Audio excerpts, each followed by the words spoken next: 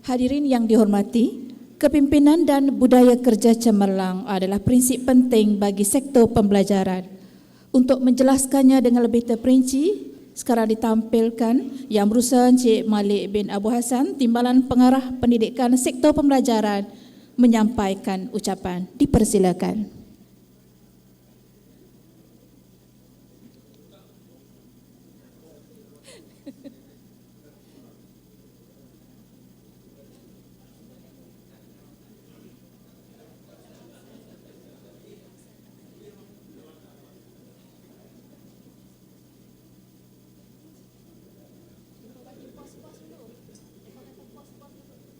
Ya.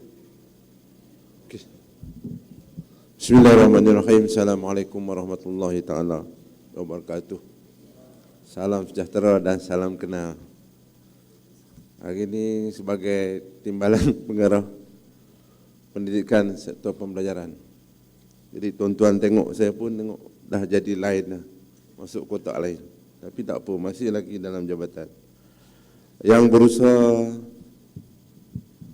Tuan Pengarah Tuan Haji Ismail Osman, rakan-rakan Timbalan dan juga wakil Timbalan, tuan-tuan PPD, tuan KPPK, YDP, Cik Yazi dan semua pengetua dan juga pegawai di jabatan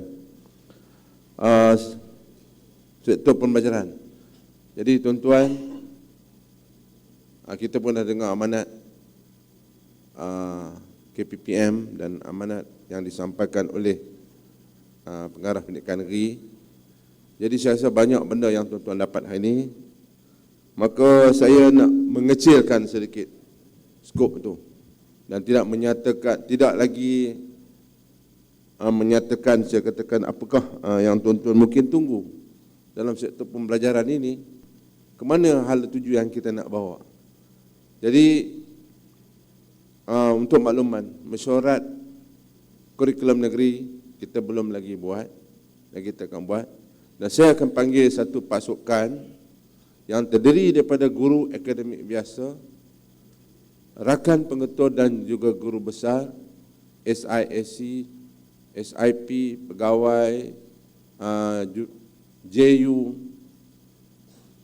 Timbalan PPD Pembelajaran dan tuan-tuan PPD, untuk saya dapat maklum balas sebelum kita nak bawa ke mana kita nak pergi. Jadi dalam masa terdekat ini. Jadi dalam itu saya mungkin tidak dapat panggil ataupun bersama dengan tuan-tuan semua, tapi sekurang-kurangnya saya dapat sedikit maklum balas dan input untuk kita membentuk satu sasaran ataupun matlamat yang kita nak bawa dalam pendidikan kita ini. Jadi tuan-tuan dan puan, saya ada banyak slide, tapi saya ambil 2 slide lah, saya rasa.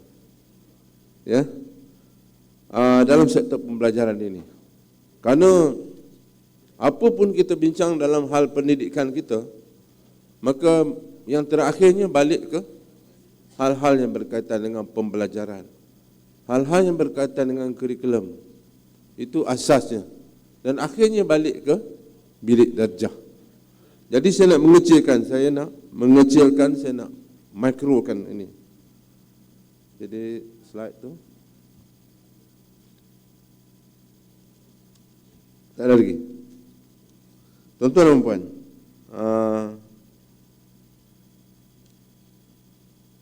belum ada. Okey tuan-tuan, yang ni semua biasa tengok. Siapa yang terikut dengan TS25 ni, dan tahun ini boleh katakan semua sekolah di negeri Kedah dah melalui. Ya. Jadi ada 3 entiti utama, iaitu guru, pengetua dan pihak ABG. Jadi dalam hal ini tuan-tuan, yang disebutkan oleh KPPM kita, pembelajaran yang menyeronokkan. Jadi kalau kita lihat balik ke zaman kita sekolah dahulu, dengan serba kekurangan kemudahan itu, dengan kekurangan di segi mungkin kompetensi guru, tapi masih lagi kita sebagai pelajar berebut-rebut berusaha nak datang ke sekolah. Mesti ada sesuatu yang menyebabkan anak-anak itu datang ke sekolah. Mungkin disebabkan oleh environment sekolah itu menyebabkan budak-budak itu hadir ke sekolah. Peluang yang diberikan oleh sistem persekolahan itu menyebabkan anak-anak itu suka datang ke sekolah walaupun dia tidak pandai membaca. Ataupun disebabkan dia suka dengan guru itu.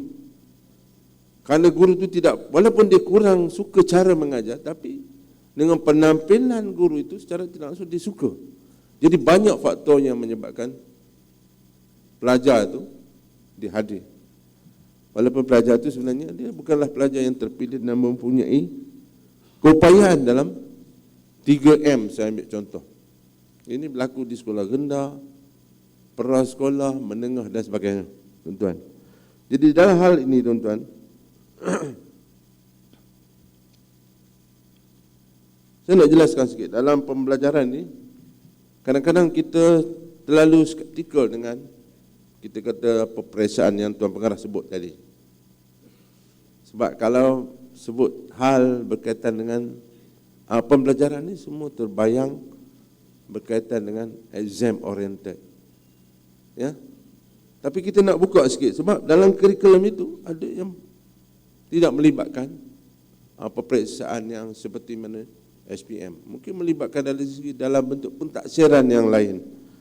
Jadi dalam hal ini, tuan-tuan, apa yang saya nak sentuhkan, saya rasa dari segi perancangannya kebanyakan sekolah memang outstanding.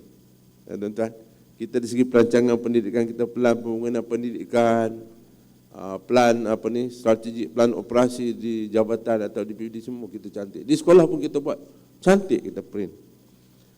Yang itu saya nak merayu, nak mohon sikit pada tuan-tuan pengetua supaya memberi penekanan pada bahagian-bahagian yang mungkin selama ini dari segi operasinya, iaitu pelaksanaannya kita buat. Kita ada perancangan yang baik, kita ada dari segi operasi yang kita kata pelaksanaan kita buat. Ya.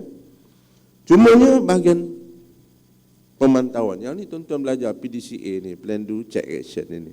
Ya. Saya ingin sentuhkan bila peringkat ini, tuan-tuan, pelaksanaan itu mungkin kurang cukup. Pelaksanaan itu mungkin kurang berkesan. Yang ni minta tuan-tuan cek balik. Ya. Bagaimana kita nak melihat dari segi keberkesanan pelaksanaan ini dalam urusan pembelajaran. Ya. Antaranya ialah pencerapan, tuan-tuan. Saya percaya tuan-tuan buat pencerapan.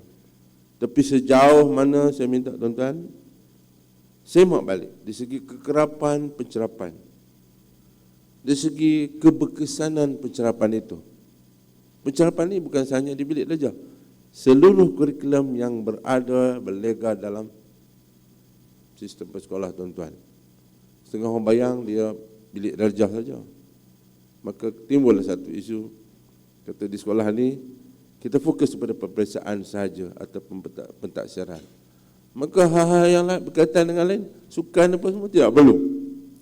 Itu saya rasa itu satu pandangan yang salah. Kerana dalam pendidikan itu dia mencakupi semua dari segi sistem pendidikan, kurikulum itu.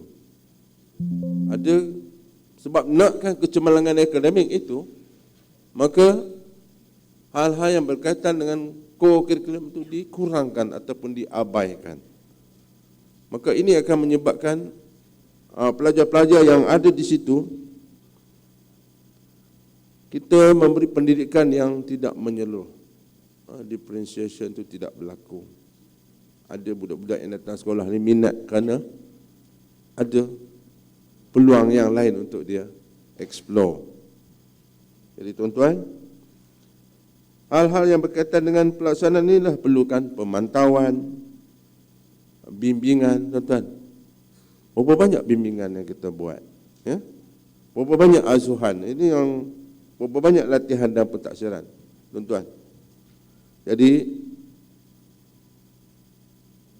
tuan-tuan sebagai ketua di sekolah ini, jadi berilah sedikit ruang perhatian kepada hal-hal yang patut diberi prioriti, ya, terutamanya bahagian yang kita rasa jarang, mungkin atas alasan take for granted, maka kita banyak lepaskan atau delegate kepada penolong kanan ataupun guru kanan ataupun ketua panitia. Jadi pada tahun ini, pada kali ini tuan-tuan, saya nak minta kita balik semula kepada asas pembelajaran itu, ya. Asas pembelajaran itu maknanya yang semua kita bercakap tentang pendidikan ini sebenarnya nak menuju kepada dua peperiksaan utama yang kita katakan tadi, ya. Tapi sebenarnya dalam sistem sekolah kita, dalam tu ada SPM, ada STPM, next tengok, ada Pro-L, ada PDP, ada UASA, ada 3M, ada PBD, ada SEGOK, STEM, TVET dan sebagainya, tuan-tuan. Bila ada benda-benda macam ini, maka kadang-kadang kita akan rasa terpaksa membuat pilihan. Di manakah ataupun apakah keutamaan prioriti kita? Sudah pastilah ramai yang meletakkan matlamat akhir pelajar itu letaknya bila dia belajar akhirnya dia pergi mengambil SPM. Ada yang belajarnya untuk mengambil STPM. Tapi sebelum pergi ke SPM dan STPM itu ada yang kita katakan usaha-usaha yang kita gantikan untuk exam oriented itu, ada UASA, ada PDP, ada PBD, ada PBS, tuan-tuan. Saya nak minta yang ni sebab semuanya kesan-kesan result yang kita keluar ini asasnya datang daripada pembelajaran ataupun pentaksiran yang berlaku di bilik belajar. Jadi tuan-tuan, bagi selebih sedikit masa saya minta untuk beri perhatian kepada bilik belajar, tuan-tuan. Ya. Memanglah kata di sekolah ni kita urus macam-macam. Kalau kita tengok yang slide yang pertama tadi, sekolah yang hebat tu dia mempunyai satu pasukan komuniti yang kuat.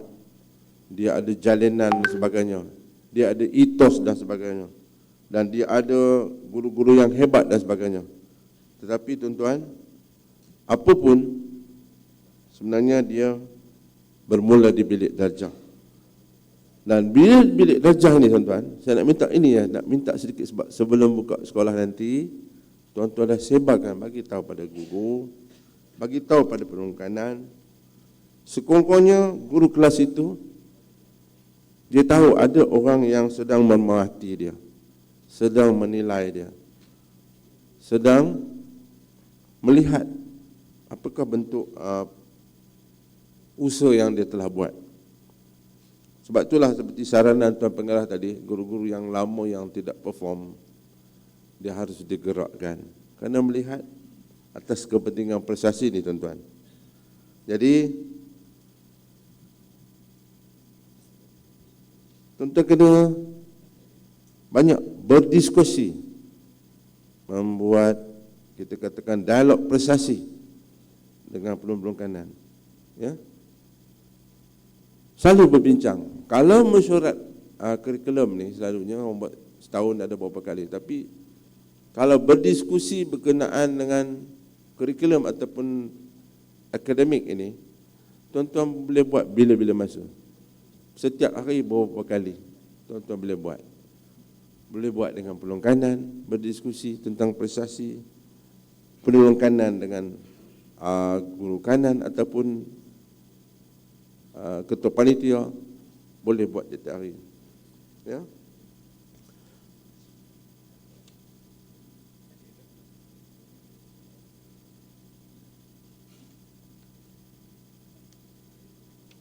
Untuk kita katakan PBD ni tuan-tuan, saya ambil satu contoh pentaksiran bilik darjah ni. Saya sangat berharap supaya pentaksiran di bilik darjah ini selalu dibincangkan dari peringkat jawatankuasa kurikulum, akademik, perbincangan profesional atau perbincangan biasa, diskusi biasa dengan semua guru, dengan penuh kanan, seberapa kerap yang mungkin pentaksiran bilik darjah ni. Apa yang boleh dibincangkan dalam itu? Yang pertama berkaitan dengan sejauh mana guru menguasai hal-hal yang berkaitan pentaksirannya. Tuan-tuan pernah tanya tak cikgu tuan-tuan, dia betul-betul menguasai tak pentaksiran bilik darjah ini? Ataupun kita sendiri, kalau kita katakan kita bagi kertas A4 sekarang, berupayakah atau mampukah kita menjawab apakah yang kita faham dengan pentaksiran bilik darjah itu? Dan jika kita faham, bagaimana kita memastikan pentaksiran itu memenuhi kualiti seperti mana yang standard yang kita harus ketahui. Sebab di sekolah kita ni ada macam-macam guru, ada macam-macam para penilai, ada macam-macam standard yang kita berikan. Sudah tentulah dia akan menyebabkan pentaksiran itu pelbagai. Jadi sejauh mana kita sebagai pemimpin ataupun ketua di sekolah ini, kita mengambil cakna atau berberat tentang hal guru kita membuat pentaksiran. Bukan kita tak percaya dengan guru kita, tetapi saya nak merayu pada tuan-tuan supaya semua sekolah cikgu, warga sekolah itu faham tentang bagaimana dia membuat penilaian itu, terutamanya berkaitan dengan TP ini. Ya. Ada orang antara TP ini dengan orang ini dengan orang ini, TP, saya ambil contoh TP3 sebagai satu, kita katakan asas yang digunakan oleh kita semua sebagai satu penanda aras bahawa pelajar-pelajar itu sudah menguasai kemahiran asas. Sejauh mana guru ataupun cikgu-cikgu sekolah kita, terutamanya ketua panitia, penolong kanan, teguh kanan, memahami bahawa TP itu mengikut standard. Sebab kita kena faham ini, sebab kita tidak ada satu asas lagi untuk menilai yang kita katakan yang sebelum ni kita gunakan sistem peperiksaan, melainkan pelajar itu melangkah masuk ke Dewan Peperiksaan, tuan-tuan. Jadi yang ni saya nak minta, saya nak merayu tuan-tuan, pembelajaran di bilik darjah.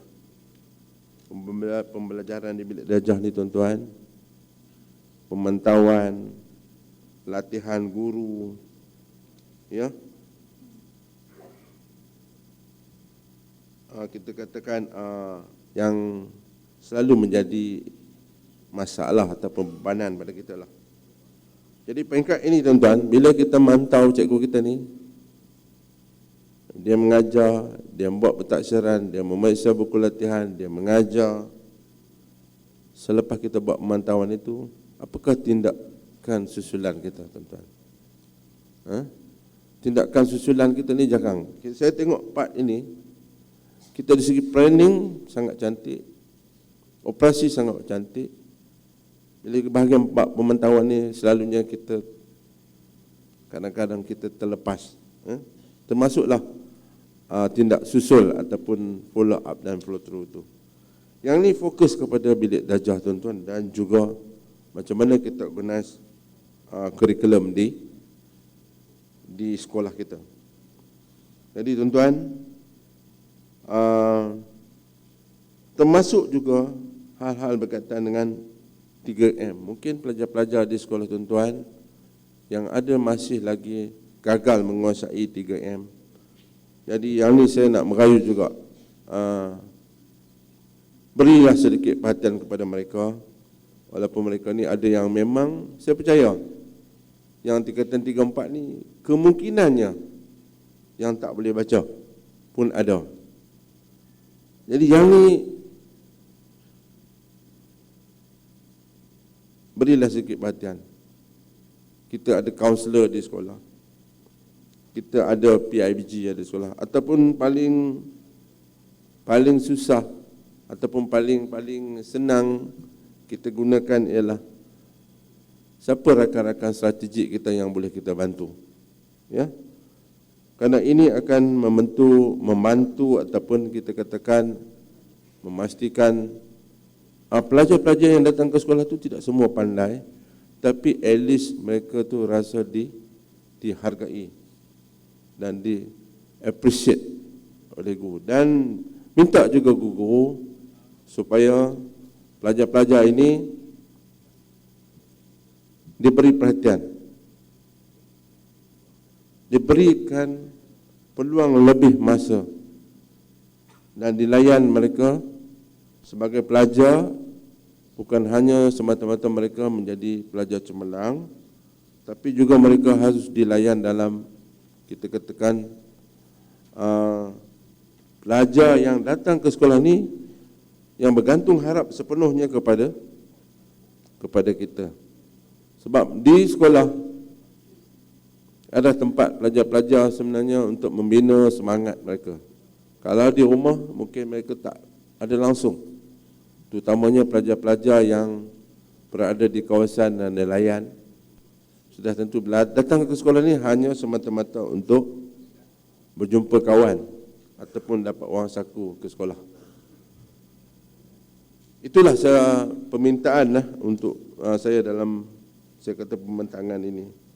Saya tak bentang apa-apa data untuk sasaran yang harus dicapai, kerana saya akan bentangkan kemudian setelah kita buat sesi diskusi profesional yang saya akan buat pada bulan 3 ini, insyaAllah.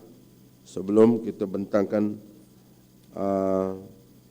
mesyuarat kurikulum negeri, di situ kita meletakkan sasaran ataupun kita katakan intervensi yang kita buat.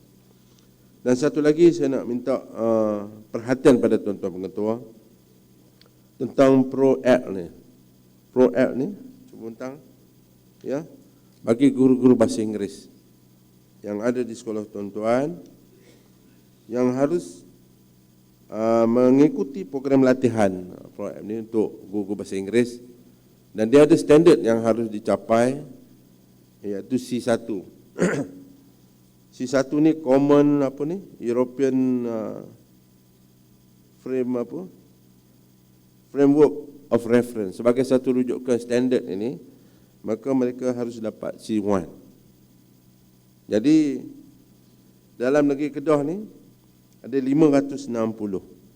Daripada 560 tu 319 yang sudah register. Yang tak daftar lagi 241. Yang tu mungkin ada di sekolah tuan-tuan. Ada guru ni yang dah memegang jawatan. Tuan-tuan, ada yang memegang jawatan dan mereka prefer untuk kerja-kerja pengurusan. Jadi yang ni tuan-tuan kena pasti sendirilah di sekolah cikgu. Dan data yang ada tuan-tuan boleh tengok lah. Padan Terap sebab sikit kot semua dah ambil lah. Masuk juga Langkawi. Yang daerah-daerah lain ni, KMY Kota Star, tuan-tuan tengok, ya. Mungkin ada di sekolah tuan-tuan untuk Pro-Act yang patut kena ambil lah. Okey, saya rasa setakat itu untuk pemakluman saya pada tuan-tuan untuk buka sekolah ni. Tapi jangan lupa, ya, sebab dikatakan buka sekolah ni, kalau dahulunya hari pertama tu mesti pembelajaran mesti berlaku pada waktu pertama sesi permulaan sekolahan. Kita tak ikut yang tu dah. Jadi saya rasa tuan-tuan pun dah maklum, dan dalam masa tempoh seminggu atau 2 minggu tu, gunakan peluang untuk orientasi pendidikan. Berilah sedikit tentang informatif tentang pembelajaran. Macam kita dekat universiti, kita masuk daftar universiti itu, kita dapat silibus untuk semester itu. Sekurang-kurangnya pelajar-pelajar masuk ke tahun itu, pelajar-pelajar dah dapat perancangan untuk tahun itu. Budak-budak tahu. Ini bulan ni kita nak belajar ni. Bulan ni kita nak belajar ni. Topik ini begini. Sehingga at the end akhir tahun, budak-budak tahu. At least cikgu dah bagi tahu sekurang-kurangnya apa yang dia kena belajar, dan sebagai sokongan, cikgu nak test kamu ni. Habis bulan 1 ni cikgu akan bagi ujian. Kamu dah baca tak tajuk-tajuk ni? Soalan-soalan general saja. Jangan ujian topikal yang dalam tu. Apakah ada pada tajuk 4? Simple lah. Bukanlah dalam bentuk pentaksiran yang kita faham ujian wasa itu. Ini spontan. Masuk kelas, cikgu nak ambil ini, keluarkan kertas. Okey, tajuk 1 dah baca. Apa tulis? Tulis apa yang kamu dah baca? Yang boleh tulis, tulislah. Yang tak boleh, tak boleh lah. Itu cara kita nak buat. Kita kata nak check silibus. Jadi galakkanlah guru buat selalu, barulah pelajar-pelajar tu dia bersedia. Kalau bagi silibus awal tahun, ujung tahun baru nak ambil periksa, atau nak buat pentaksiran, memang budak-budak akan tinggal. Kena pandai susun, cikgu tu pandai susun. Dan tuan-tuan pun boleh cek dengan cikgu. Kan? Sekali-sekala dalam syarat atau perjumpaan, cikgu tolong tulis atas kertas tu, apa pesanan-pesanan yang cikgu dah buat pada anak murid. List down. Ataupun letak bulan berapa, letak tarikh mungkin tak ingat, letak minggu. Tuan-tuan pengetua boleh buat macam tu. Itu salah satu cara cikgu buat monitoring ataupun buat dengan penolong kanan. Berapa kali dah buat perjumpaan bagi penolong kanan, sembang, diskusi kan. Apa dibincangkan dalam tu. Jadi itu salah satu cara proses kerja ya tuan-tuan. Kadang-kadang kita terlalu berharap pada mesyuarat yang rasmi, dan akhirnya kita buat kerja pun ikut jadual. Ya? Ikut sekolah masing-masing. So sekian, terima kasih. Assalamualaikum warahmatullahi taala wabarakatuh.